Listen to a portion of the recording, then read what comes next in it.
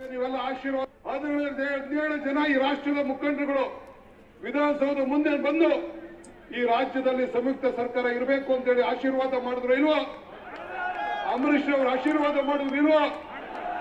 ಅಂಬರೀಶ್ ಅವರ ಆತ್ಮಶಾಂತಿಗೆ ಅವರ ಆತ್ಮಕ್ಕೆ ಶಾಂತಿ ಸಿಗಬೇಕು ಅಂದ್ರೆ ನಿಖಿಲ್ ಗೌಡ್ರಿಗೆ ನೀವೆಲ್ಲ ಆಶೀರ್ವಾದ ಮಾಡಬೇಕು. ಅವರಿಗೆ ಅಂಬರೀಶ್ ಅವರ ಆತ್ಮ ಶಾಂತಿ ಬಗ್ಗೆ ಅಷ್ಟೊಂದು ಕಾಳಜಿ ಇದೆ. ನನಗೆ ತುಂಬ ಸಂತೋಷ ಆಗಿದೆ. ಅಷ್ಟೇ ಕಾಳಜಿ ಇದ್ದಿದ್ರೆ ಅವರು ಡಿ ಕೆ ಸುರೇಶ್ ಅವರ ಸೀಟ್ನ ಬಿಟ್ಕೊಡ್ಬೋದಾಗಿತ್ತು.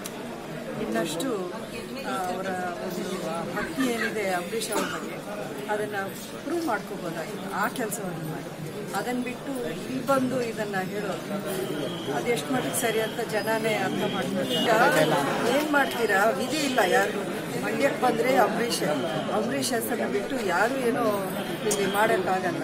ಸೊ ಹಾಗಾಗಿ ಅವರು ಅಂಬರೀಶ್ ಅವರ ಹೆಸರನ್ನೇ ಯೂಸ್ ಮಾಡ್ಕೋಬೇಕು. ಬೇರೆ ಯಾವ ಹೆಸರು ಇಲ್ವಲ್ಲ.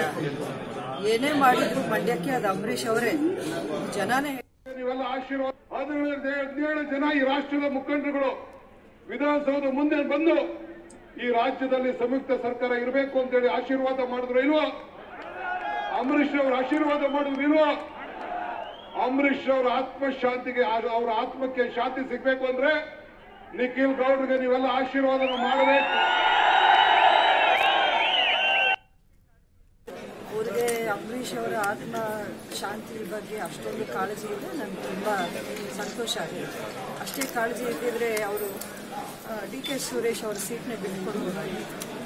ಇನ್ನಷ್ಟು ಅವರ ಒಂದು ಭಕ್ತಿ ಏನಿದೆ ಅಂಬರೀಶ್ ಅವ್ರ ಬಗ್ಗೆ ಅದನ್ನು ಪ್ರೂವ್ ಮಾಡ್ಕೋಬೋದಾಗಿತ್ತು. ಆ ಕೆಲಸವನ್ನು ಮಾಡಿ ಅದನ್ನು ಬಿಟ್ಟು ಇಲ್ಲಿ ಬಂದು ಇದನ್ನು ಹೇಳೋದು ಅದೆಷ್ಟು ಮಟ್ಟಿಗೆ ಸರಿ ಅಂತ ಜನನೇ ಅರ್ಥ ಮಾಡ್ತಾರೆ.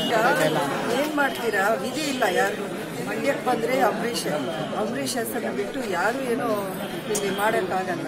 ಸೊ ಹಾಗಾಗಿ ಅವರು ಅಂಬರೀಶ್ ಅವರ ಹೆಸರನ್ನೇ ಯೂಸ್ ಮಾಡ್ಕೋಬೇಕು. ಬೇರೆ ಯಾವ ಹೆಸರು ಇಲ್ವಲ್ಲ. ಏನೇ ಮಾಡಿದ್ರು ಮಂಡ್ಯಕ್ಕೆ ಅದು ಅಂಬರೀಶ್ ಅವರೇ. ಜನನೇ